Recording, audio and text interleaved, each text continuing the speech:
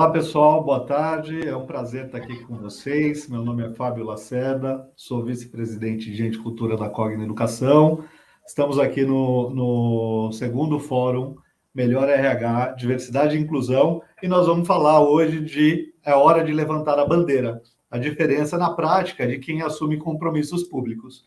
E é um prazer estar aqui com vocês, falando um pouquinho da Cogna, e já já eu apresento a Simone Bayer aqui, que vai fazer esse bate-papo conosco. A Cogna Educação é a maior empresa uma das maiores empresas de educação do Brasil. Estamos presentes aí em quase todos os municípios por meio de educação básica e ensino à distância. São 24 mil colaboradores espalhados pelo Brasil e atuamos com marcas super conhecidas, desde o ensino básico até o ensino superior, mestrado, doutorado, com marcas relevantes como Anglo, PH, Anhanguera, etc. Então, para fazer a transcrição aqui, eu sou um homem branco, uso óculos, estou no nosso escritório aqui da Cogna na Avenida Paulista, tenho uma barba e vai ser um prazer fazer esse bate-papo aqui com você, Simone, e queria que você se apresentasse. Obrigado. Obrigada, prazer estar aqui com todos vocês, uma boa tarde. Eu sou Simone Bayer, diretora de Recursos Humanos da Cargill. Sou uma mulher branca, loira, de cabelos compridos, estou vestindo um suéter azul marinho e estou no escritório na minha casa. Falando um pouquinho da Cargill, a Cargill é uma empresa de alimentos, né? Aqui no Brasil nós temos mais de 10 mil funcionários. Nós somos muito conhecidos pelas nossas marcas, que é Elefante, Pomarola e a marca de óleos Lisa. E estamos presentes aí na maioria da casa dos nossos convidados aí que estão nos assistindo aqui hoje. Perfeito. Só queria, Simone, aqui também falar que, infelizmente, a Maristela, que deveria estar aqui com a gente, teve um probleminha de saúde, está tudo bem com ela, ela mandou aqui no grupo e ela não vai conseguir participar da nossa conversa de hoje. E nós vamos fazer esse bate-papo aqui. Espero que ela se recupere logo e esteja aqui com a gente novamente em próximos eventos. Isso aí, seremos nós dois. Legal, vamos lá. Vamos falar aqui de como a gente e as nossas empresas aqui assumem esses compromissos públicos. E os impactos dele, né, Simone? A gente bateu um papo aqui um pouquinho a respeito do tema. E me conta um pouquinho aí na Cargill, como é que vocês construíram essa estratégia e como é que você está colocando isso em prática? Legal. Bom, para começar, acho que tem duas formas principais, talvez tenham outras, né? Mas eu estou acompanhando mais de perto duas formas de assumir compromissos, né? Uma através de metas específicas, né, relacionada à população, à diversidade, e uma outra forma também da empresa se associar, né, com entidades, com associações de diferentes temas.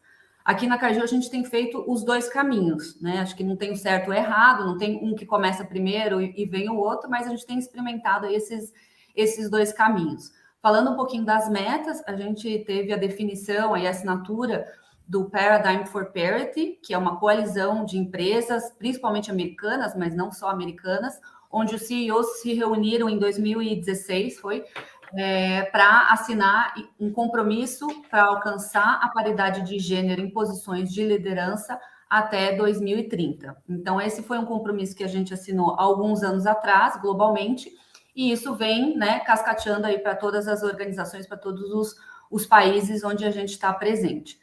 Mais recentemente, também a gente assumiu uma meta interna de aumentar a nossa população de negros nos Estados Unidos e no Brasil, né, pela nossa demografia. Então, estamos trabalhando bastante nessas frentes também.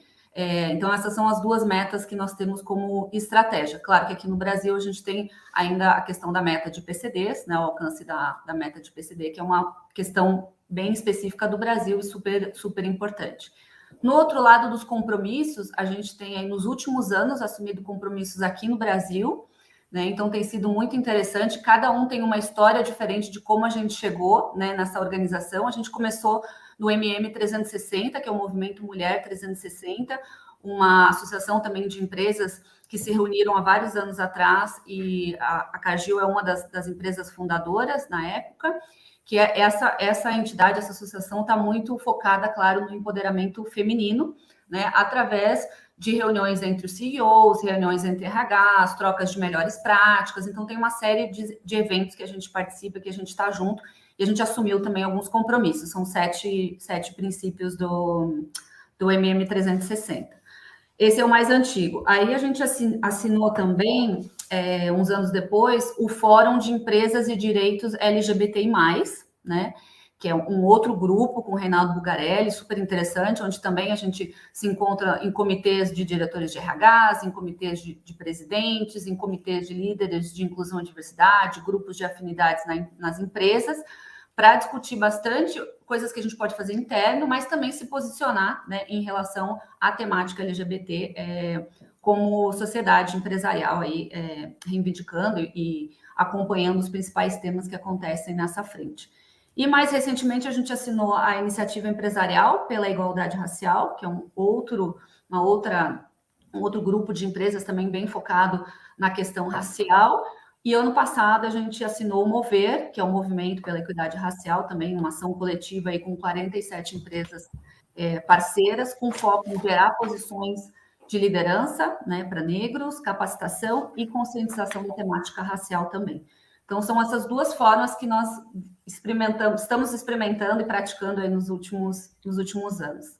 Agora, conta para o pessoal como você tem lidado com os temas também, os compromissos na Cogna. Não, legal, obrigado, Simone. Aqui na Cogna, a gente começou a fazer a discussão sobre diversidade, equidade e inclusão em 2020. E a gente fez isso de uma maneira que o nosso propósito é impulsionar as pessoas a construírem uma melhor versão de si. E isso movimenta muito, o nosso propósito movimenta muito, não só os nossos 24 mil colaboradores a criarem todos os dias uma melhor versão de si, mas efetivamente como é que a gente impacta os nossos mais de 1 milhão de alunos espalhados pelo Brasil. A gente começou entendendo que educação era a melhor forma de trazer o tema diversidade, equidade e inclusão aqui para a companhia. Nós começamos num processo de letramento de toda a liderança, onde nós trouxemos o Reinaldo Bugarelli para falar primeiro com o grupo de vice-presidentes e presidente, para que eles entendessem a relevância desse tema. E antes de tudo isso, a gente começou a fazer uma discussão interna sobre be yourself, né? Ser você mesmo. E a gente começou a fazer campanhas para que as pessoas pudessem se expressar, pudessem ser quem elas são de fato, também dentro da organização, e passamos por diversos momentos nesse processo de evolução. Em 2021, a gente entendeu, em janeiro de 2021, a gente entendeu que a gente estava pronto para assumir compromissos públicos. Mas antes de assumir compromissos públicos, nós precisávamos entender o nosso ponto de partida. Então, quem era a minha população, como é que eu estava representado, tem temas que são de autodeclaração, por exemplo, que eu tive que fazer um censo. Então, nós fizemos um censo com todos os nossos colaboradores, tivemos uma adesão incrível aqui dos 24 mil colaboradores, eles puderam se posicionar, falaram, colocaram lá todos os pontos que a gente precisou entender para que a gente pudesse definir essas metas públicas. Né? E a gente decidiu focar nos pilares de LGBTQIA+, diversidade de gênero e da população negra.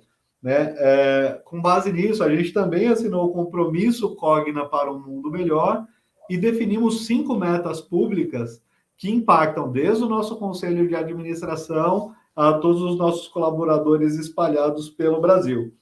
Então, só para dar um pouquinho aqui das metas, porque isso envolveu cultura também. Por exemplo, nós incluímos esse ano, em 2022, nós incluímos esses objetivos nas metas de todo o comitê executivo, de todos os líderes que se reportam ao presidente da companhia, incluindo do presidente. Ou seja, todo mundo, além de estar engajado nas causas, né, também estão incentivados para que a gente alcance esses objetivos.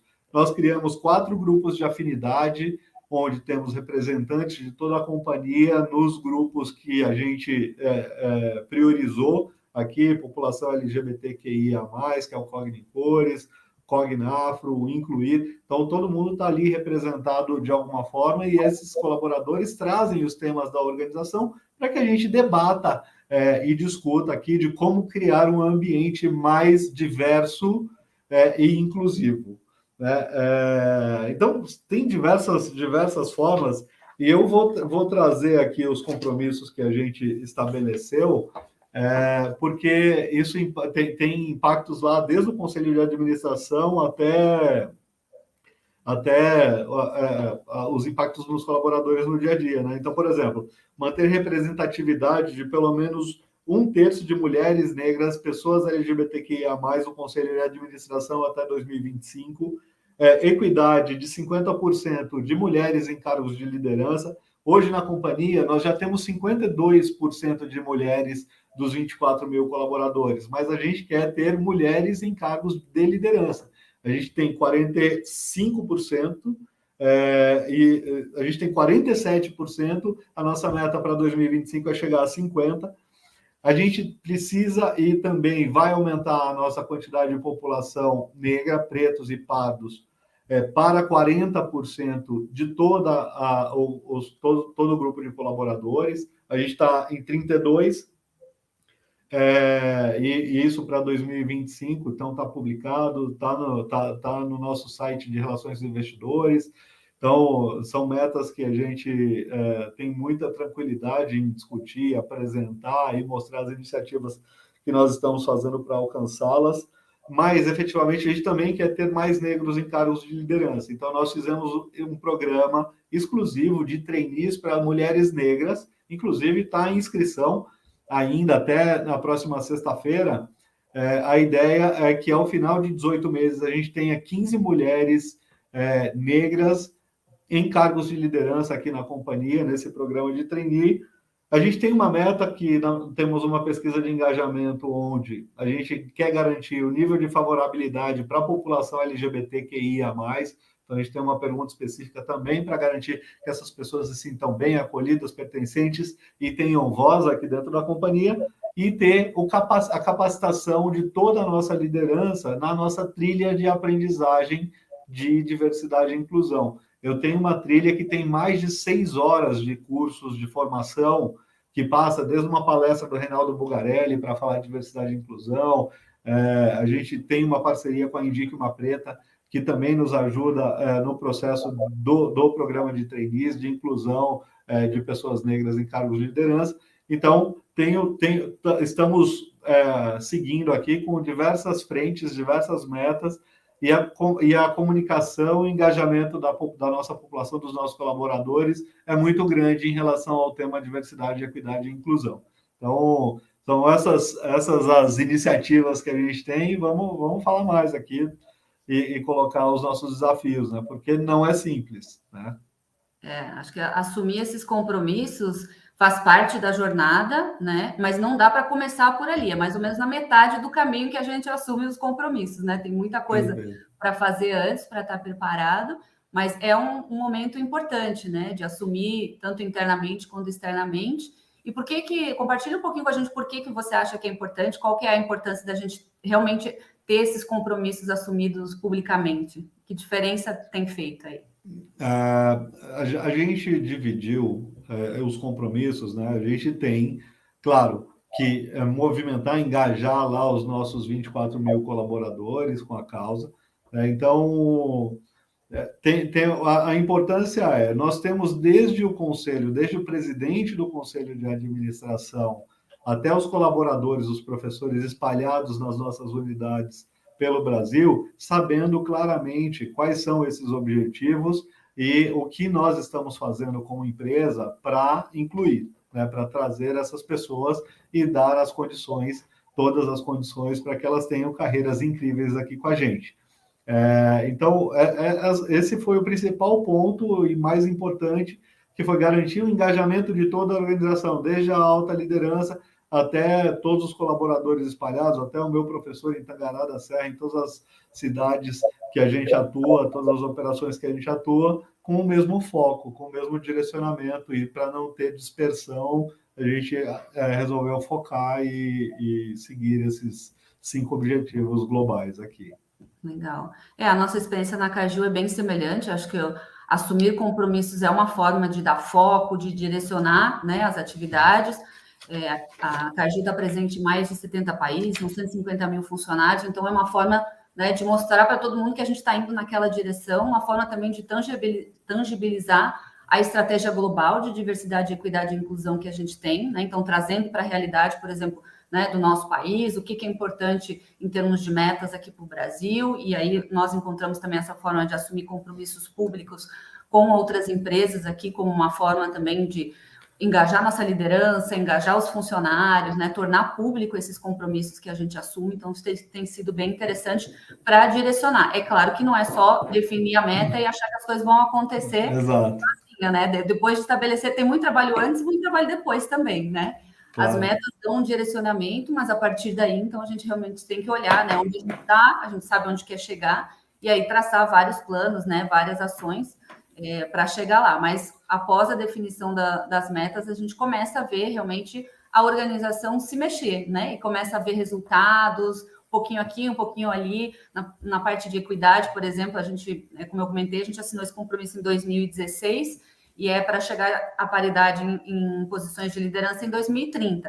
Hoje o Brasil está com 36% de mulheres na liderança, que é um percentual, ainda temos muito para fazer, mas de acordo com a nossa indústria, do agroindustrial, é bem interessante, e realmente a gente chegou aonde a gente chegou, e só vai chegar no 2030, tendo essa meta muito clara, né, e as ações convergindo aí para alcançar, só como exemplo.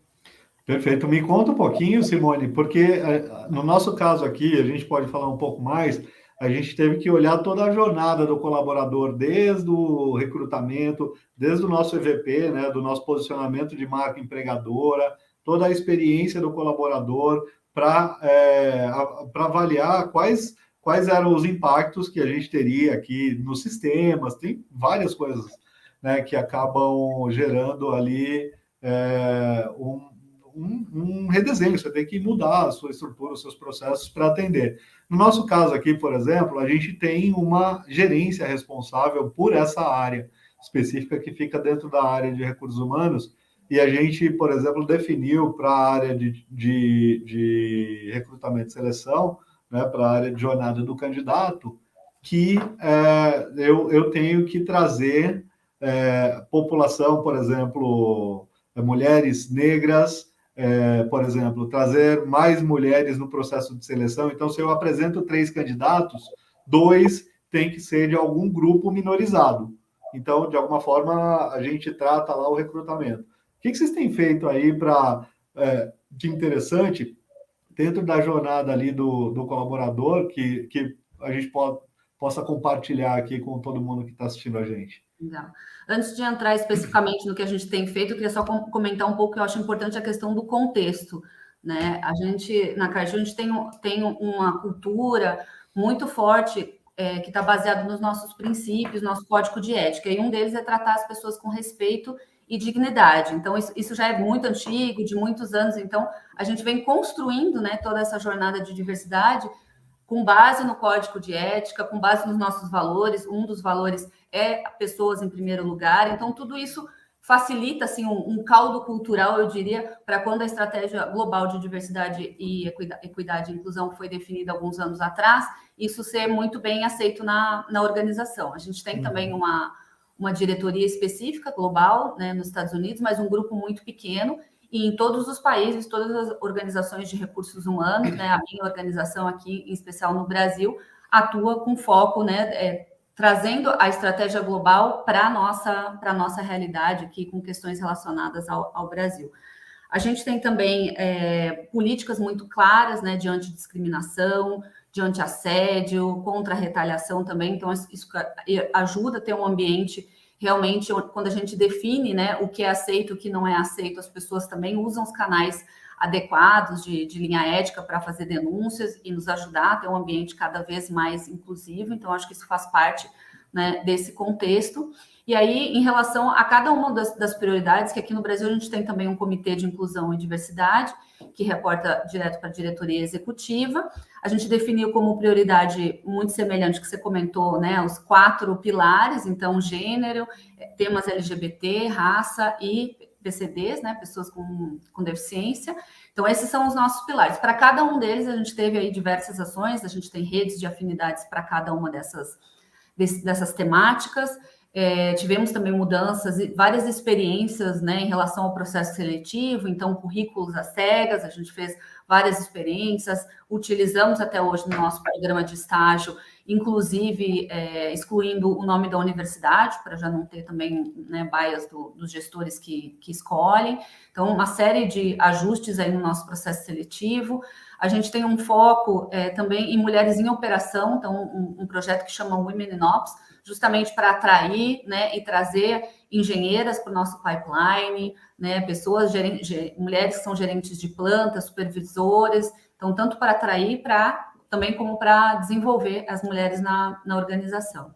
E mais recentemente, quando a gente definiu, então, essa meta, por exemplo, de negros, de aumentar nosso percentual de negros na organização, aí a gente montou também todo um roadmap com várias ações, porque realmente a gente tem que partir da conscientização, educação, até revisão de políticas, né, políticas de idiomas, políticas de graduação que a gente tem para adequar e deixar mais inclusivo ainda.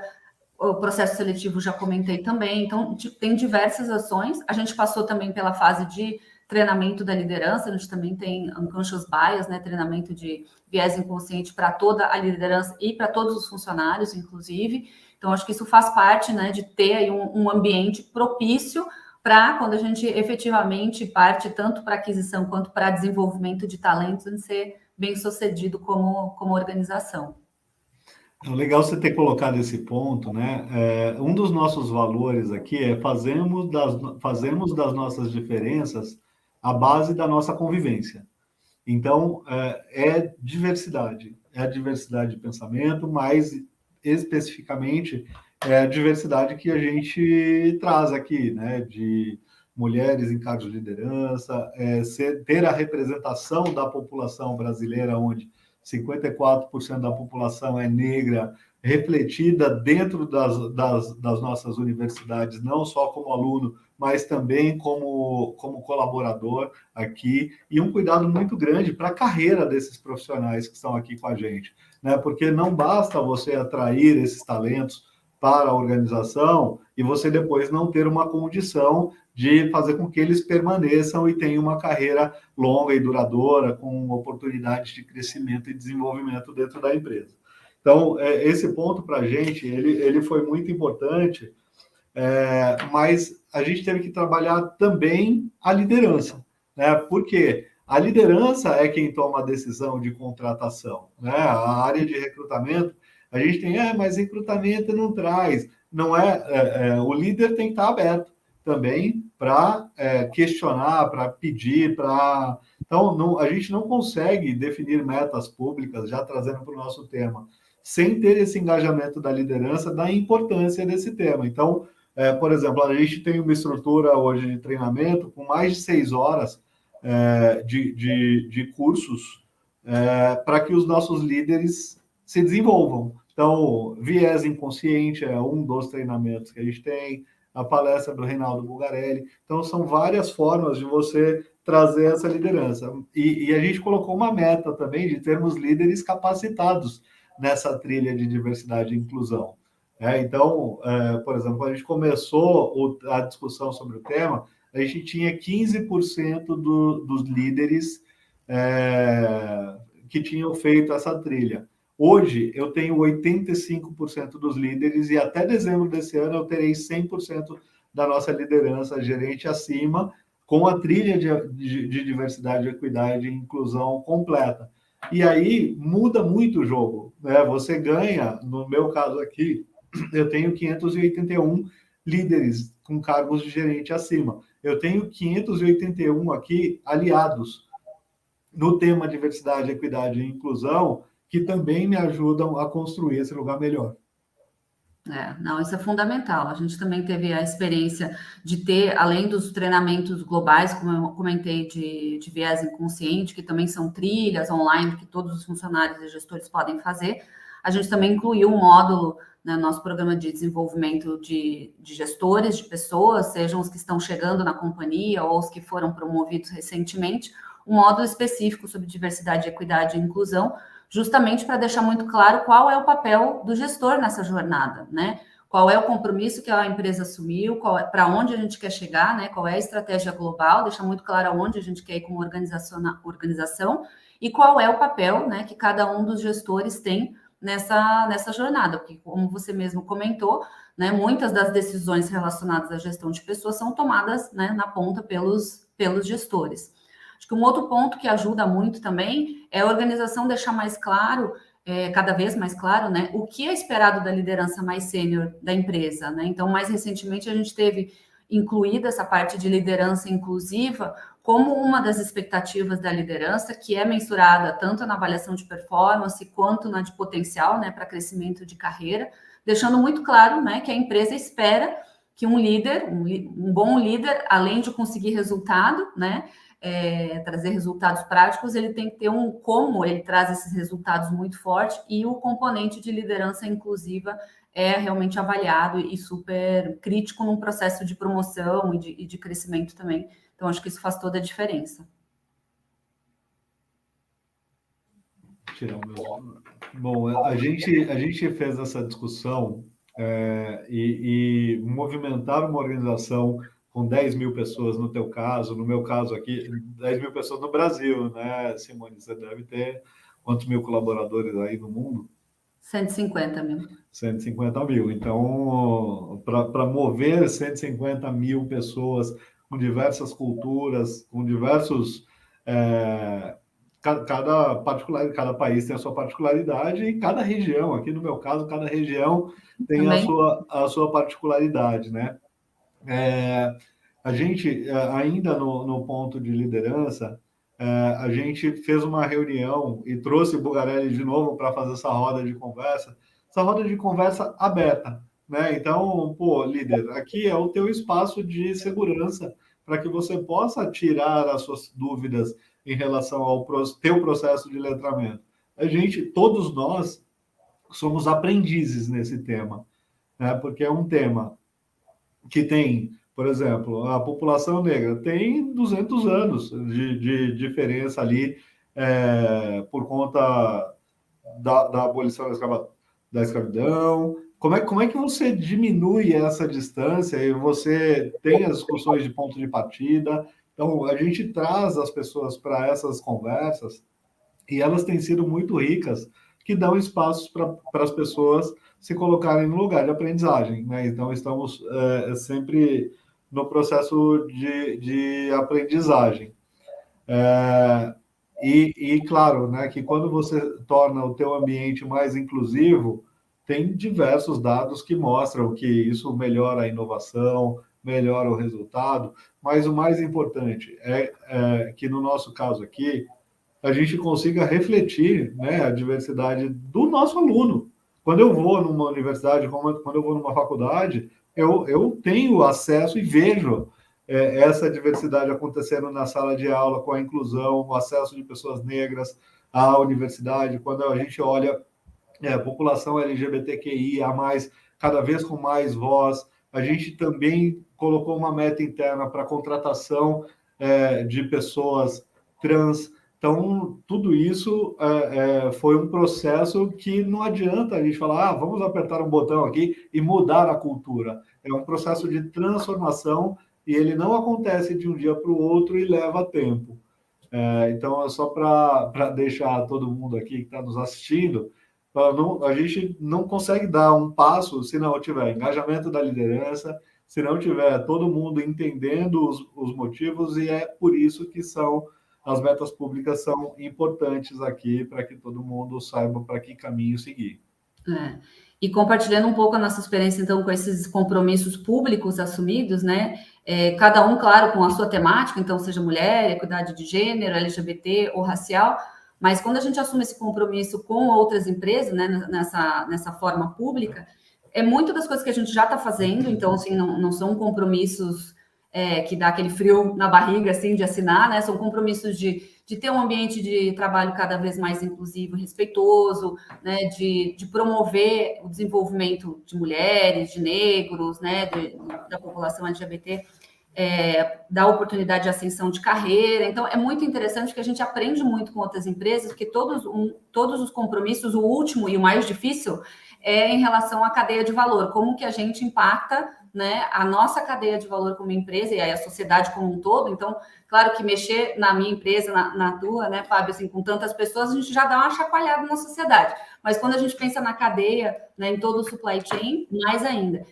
Normalmente é o 10º compromisso, porque ele realmente é um mais difícil, assim, mas justamente por ser mais difícil, essa troca entre melhores práticas entre as empresas tem sido muito rico, né? Por isso que eu recomendo realmente essas associações, que é uma forma de aprender, né, com quem já testou alguma coisa, né, e dá para avançar mais rápido.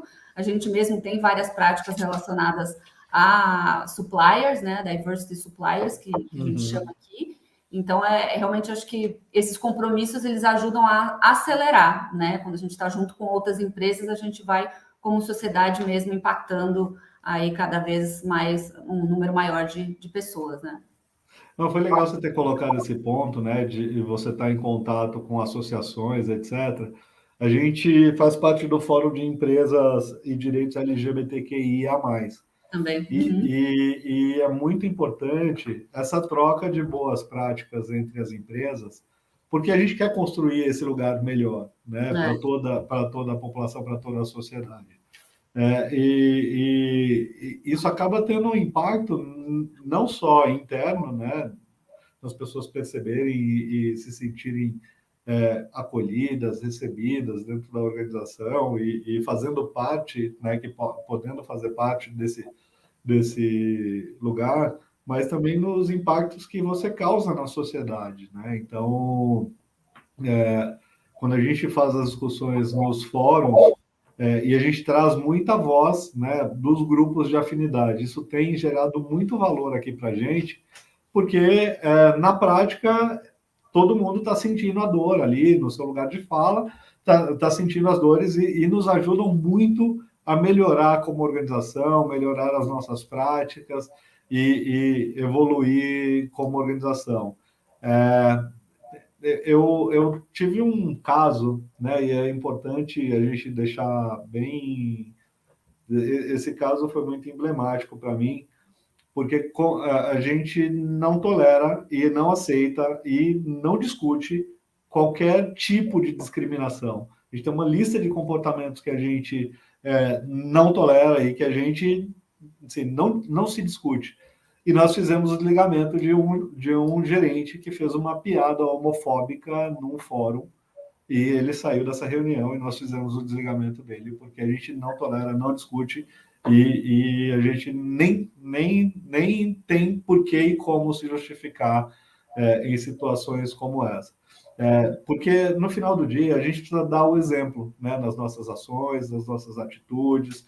Não adianta você ter lá um conjunto de metas e já fazendo uma associação entre estar com as metas claras, públicas, descritas lá para que todo mundo veja, mas se você não traz isso para a tua realidade, não traz isso para a tua prática do dia a dia, e, de novo, eu trago esse ponto da liderança, que foi um grupo que eu tive que trabalhar bastante para que eles entendessem a importância da diversidade e como isso poderia mudar o ponteiro da nossa organização em trazer um espaço muito melhor, um ambiente de trabalho muito melhor.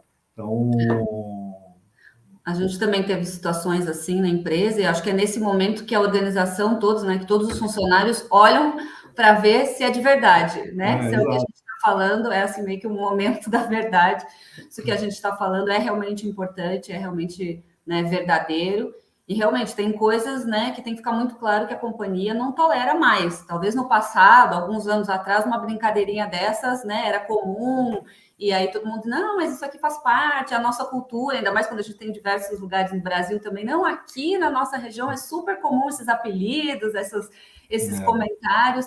Muita coisa era realmente, né, comum alguns anos atrás, era até suportado, digamos assim, porque acho que gostar ninguém gostava, né? Mas hoje a sociedade mudou, nossas empresas mudaram, né? A gente está evoluindo e tem coisas que antes era tolerado, agora não é mais, né? E acho que a gente, como empresa, tem que deixar claro, né, qual é essa expectativa realmente da liderança e de todos os funcionários também, né? Não, muito bom. Simone, a gente está partindo aqui para o nosso encerramento. Devem faltar aí uns 5 minutos para a gente fechar. Eu sei que tem bastante gente que está assistindo ou que ainda vai assistir a gente aqui no YouTube. Queria que você passasse ali quais são as principais dicas que você poderia dar para quem está nos assistindo de como fazer e construir essa organização mais inclusiva, diversa, que como é que elas podem fazer para assumir esses compromissos públicos e a importância deles. Legal. Acho que deve ficar essa pergunta, né, na cabeça aí de quem está nos assistindo, por onde eu começo, né? E acho que, como você comentou, também a gente reforçou bastante aqui, a gente tem que começar com o engajamento da liderança. Realmente é um tema, né, muito importante que precisa estar na agenda da liderança, precisa ter uma estratégia forte, muito clara, para depois poder avançar, né? Então, acho que realmente é um começo fundamental. Um outro fator de sucesso, pelo menos na minha experiência na Cargill, é o engajamento dos funcionários, né? Através das redes de afinidades, como eu comentei, a gente tem redes que têm mais de 1.000 associados, 1.000 participantes, aliados, né, em diversos lugares do Brasil, aí nos lugares mais remotos, onde a gente tem fábricas e armazéns, e realmente o engajamento, né, das pessoas com uma temática específica, ou aqueles mega aliados que fazem parte de todas as redes e estão participando, né, de todas as atividades, é o que move, né? Porque tem muito questionamento, né, do que a gente faz, por que a gente faz, trazer alguns questionamentos para nós, como RH, em relação às nossas políticas. Então, é uma fonte riquíssima, né, de informação para a gente evoluir, muitas vezes levar discussões aí para a liderança, para a diretoria.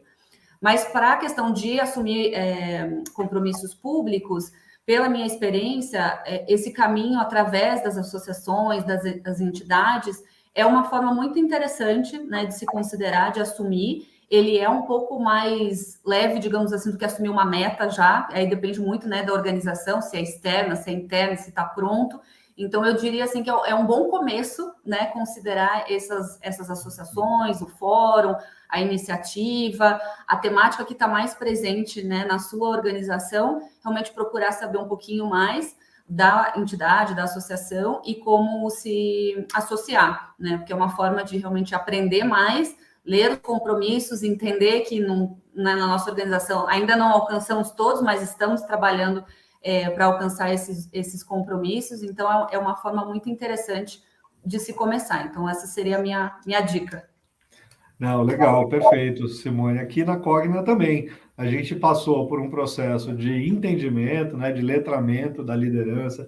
Eu, particularmente, estudei muito, eu fui atrás, eu ouvi muito podcast, antes de poder falar sobre o tema, né? Então, eu fui estudar, fui entender, fui conversar com os grupos de afinidade, fui, assim, a gente tá sempre aprendendo aqui, como empresa de educação, a gente está sempre aprendendo, e foi muito importante esse processo de aprendizagem e de levar para a liderança esse processo de aprendizagem também, né? Porque, de novo, a gente só movimenta com a movimentação da liderança.